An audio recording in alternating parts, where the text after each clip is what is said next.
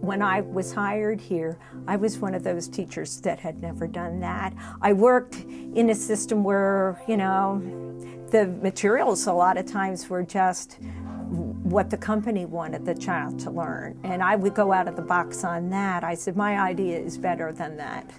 And, but I never was with this project-based stuff. And so when I came here, I had an adjustment period. It was a learning experience for me as well. But I think that this is a better way, because when you're webbing those ideas and you see what they know and where you need to fill in, but what they're really interested in, then it gives you a direction to go where you need to fill in the blanks and make it fun to learn about it.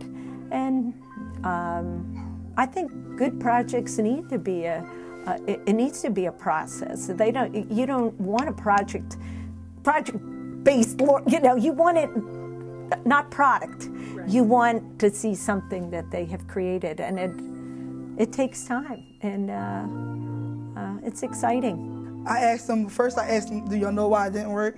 And then, you know, I always like to give them a chance to give their feedback so they can understand that they're being heard too. But when it's like that, I might say, wow, it really didn't work, so we might have to try something different. And I might ask them, what do y'all think will work? Some of them might say, let's try a white bag, or let's try a smaller bag, or a bigger bag. So I like to give them the opportunity to have a lot of options out there so that they can get their voice heard also. We're supposed to be looking at interests rather than themes, which we've done too. And I have to say I was skeptical about project approach at first because I wasn't sure how to find something that interests everybody. But it definitely is a whole lot better than the themes, because then we're not focusing on something just because it's October or, you know, Christmas time or whatever. And it's allowing the kids to be more creative with it. Well, we take in all their ideas into a web, and oftentimes we'll say, what do you want to learn about? What do you want to know about? What do you know already?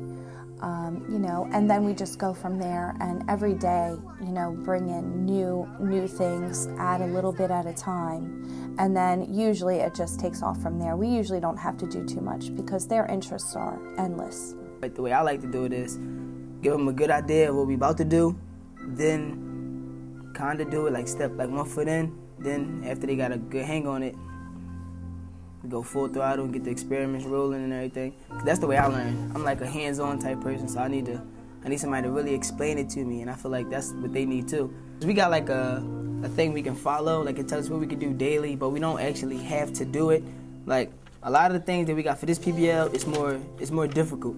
So me knowing what I know, I'm like, all right, I learned some stuff last year. I don't have to follow it exactly, but I can make it so it can fit into my kids.